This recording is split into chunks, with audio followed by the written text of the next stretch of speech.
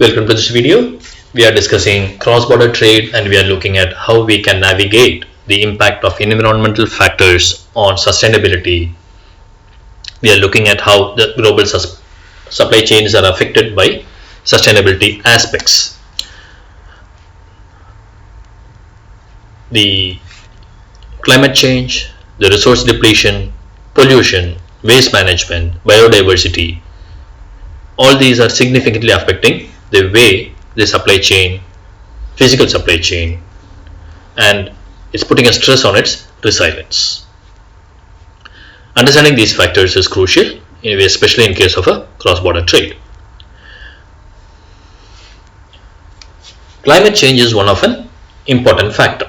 Climate change is having a profound impact on the global supply chain with rising temperature, changing weather, increased frequency of natural disasters, and this affects the availability of the raw materials and the quality of the raw materials. This also affects how we transport and how we store. Then comes the extreme weather events because of the hurricanes or the floods or the droughts. Certain ports are not accessible at certain points in time. Certain warehouses are not capable of handling certain goods on certain seasons. So the increased heat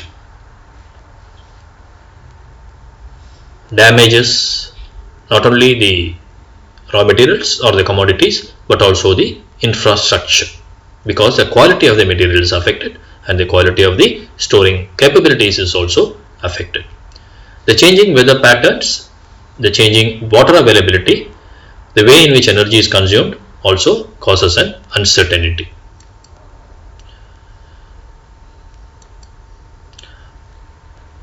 The water scarcity not only is a depletion, but there is no replenishment.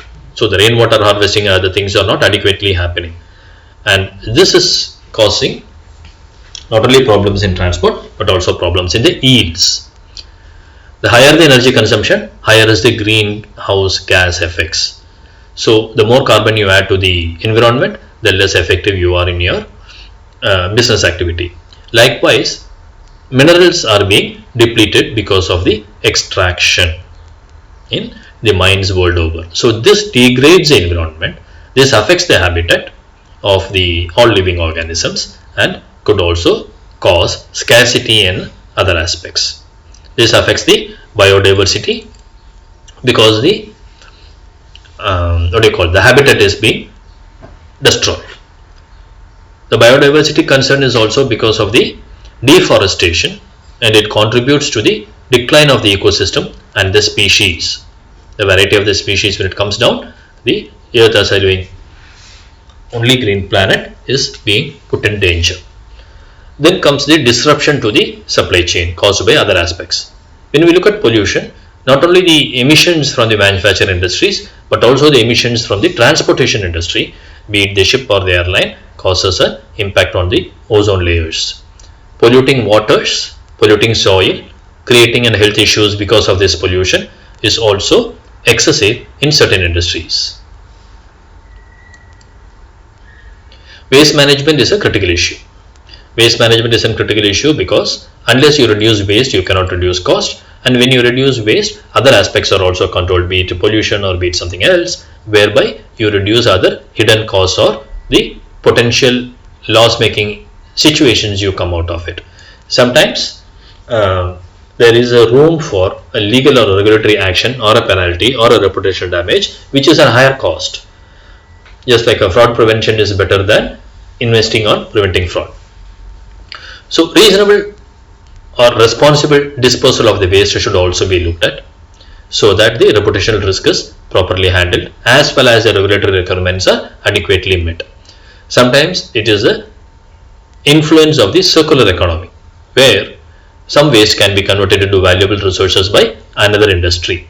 So recycling, reusing, reducing, reinventing, all these are ways of promoting efficiency of a resource and its use. Biodiversity protection. Biodiversity protection is deforestation is something that should be avoided, habitat destruction is something that should be avoided, and ecosystem disruption is something that needs to be avoided.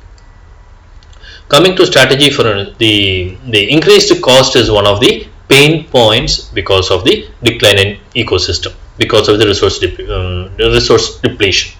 Also, increase in cost of raw material as well as the cost of energy use.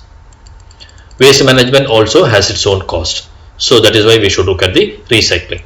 Reputational risk and regulatory risk is something that we normally don't foresee in a supply chain, but it will come up in the financial supply chain. That is why we need to build our physical supply chain as well as financial supply chain in a resilient fashion. What are the strategies that we can look at? One is sustainable sourcing. That is, our sourcing practices needs to be as per international standards. We need to look at what raw materials we source from whom, how much it is certified. We can use IoT to understand whether it is remaining good. And then we also look at whether the commodity that we are sourcing are produced in a sustainable fashion. What is their impact on the environment? Second is the supply chain mapping. Identify the areas of high environmental risk and mitigate those risks, or avoid certain situations where the environmental damage that you are causing is more than what you can control. Third is collaboration and partnership. You can collaborate with either suppliers or the NGOs or the government agencies who can help you implement a better sustainable supply chain which is more eco-friendly. You as a corporate can also look at investing in the sustainable technologies. You can invest in renewable energy. You can invest in energy efficient equipment. You can invest in better equipment to control the pollution. You can reduce the environmental impact of your supply chains. This could also help you earn the carbon credit and offset the damage that you cause to the environment in some other area of your business. Monitoring and reporting is very important, because what is not measured or monitored will never get managed. So it could be greenhouse gas emission, it could be water usage, it could be waste generation. These could be the areas of improvement. Then you can track also what are the other areas in which the environmental factors are being disturbed by the actions of the corporate in the various steps and stages of the supply chain, because each of these factors has a significant impact on the profitability of your activity. The corporate should try to adopt strategies that are more eco-friendly, that will move towards the United Nations SDGs, so that as a country and as a corporate, everybody is able to meet the goals. It could be in the form of investment in new technology to manage the damage that is caused to the environment.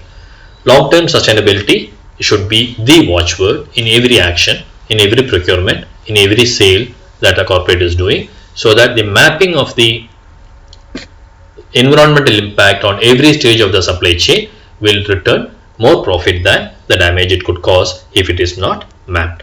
Thanks for watching this video on the environmental aspects of cross-border trade. We will meet up again in another session.